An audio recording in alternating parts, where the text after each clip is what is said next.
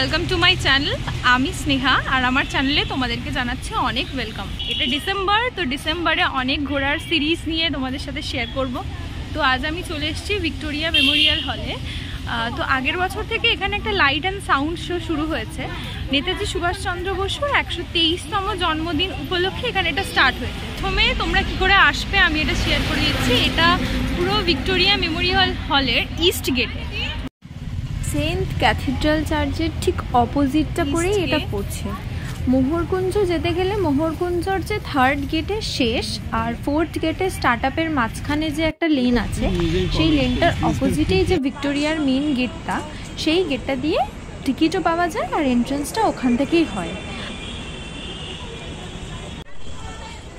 এখানে আমি ফুটেজ নিয়ে যাচ্ছি আর ওদিকে আমার ভাই লাইনে দাঁড়িয়ে আছে। ওই লাইনে টিকিট কেটেছে, সব কিছু ওই করেছে, এখানে ও লাইনে দাঁড়িয়ে আছে।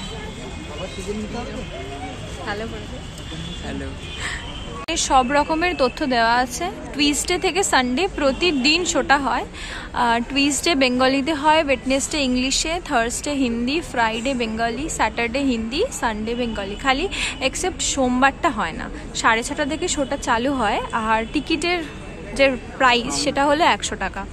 হ্যাঁ, গেটটা টিকিট কাউন্টারের যে গেট সেটা 5:30টায় খুলে যায়, কিন্তু ভুল করেও 5:30টায় আসবেন না। আমরা 5:30টার আগে থাকতে এসে দাঁড়িয়ে আছি। 6:30টার আগে শো কিন্তু শুরু হবে না, আর টিকিট কাটার পরেও কিন্তু আপনাকে ঢুকতে দেবে না, শোয়ের কিছুক্ষণ আগেই ঢুকতে দেবে। এখানে যে শোটার নাম দেওয়া হয়েছে Kolkata the city of joy. আমরাও খুব এক্সাইটেড শোটা দেখার জন্য। চলুন এবার। এক্সাইটেড? এই হচ্ছে রাত্রের ভিক্টোরিয়ার অ্যাম্বিয়েন্সটা, মানে জাস্ট অসাধারণ। এখানে সিটিংয়ের ব্যবস্থা ছিল যেখান থেকে আমরা আর কি পুরো জিনিসটাকে দেখছিলাম। মানে জাস্ট এক কথায় অসাধারণ। মানে রাত্রের বেলা এই দৃশ্যটা আলাদাই। যেমন দ্বিজেন্দ্রনাথ ঠাকুর, তিনি সংস্কৃত থেকে বাংলায় মেঘদূত অনুবাদ করছেন, বাংলায় দর্শন তত্ত্বের বই লিখছেন, আবার বাংলা শর্ট হ্যান্ড উদ্ভাবন করছেন, এমনকি বাক্স বানানো নিয়েও বই লিখছেন। সত্যেন্দ্রনাথ ঠাকুর, তিনি শুধু আচ্ছা, এটা শুধু শিল্পের বেলায় জেগে ওঠে কেন বলতো? যখন 1947-এ দেশভাগের পর উদ্বাস্তুরা দলে দলে এসে পৌঁছলো এই শহরে, তখন সেই মানুষগুলোকে, সেই মুহূর্তের পরাজিতদের বুকে টেনে নিতে এত অনীহা কেন? সে হয়তো গোড়ার দিকে ছিল।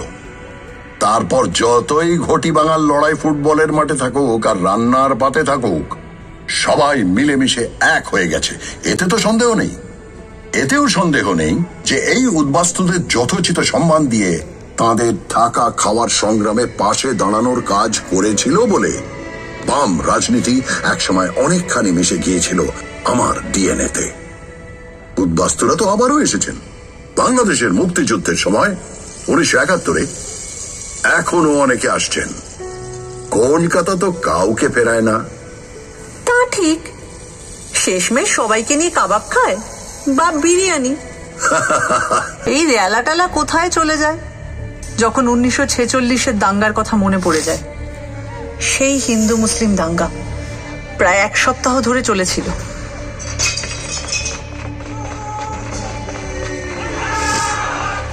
হ্যাঁ, নিশ্চয়ই লজ্জায় মাথা হেঁট হয়ে যায়।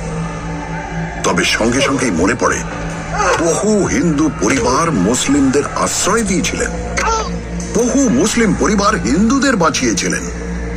কলকাতা সেই স্পিরিটটা নিয়ে এগিয়ে চলেছে।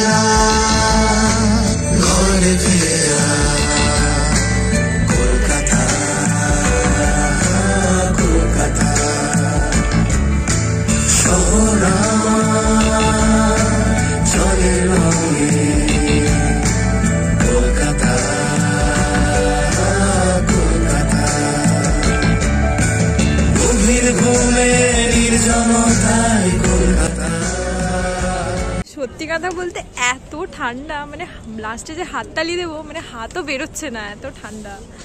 উফ, দুর্দান্ত একটা শো অ্যারেঞ্জ হয়েছে। মানে কলকাতার সম্পর্কে এত কিছু জানলাম, মানে সত্যি এক কথায় মানে অসম্ভব ভালো হয়েছে। আপনাদের যদি ইতিহাস পড়তে ভালো না লাগে, আপনারা একবার এই শোটা দেখে নেবেন, আপনারা সব ইতিহাস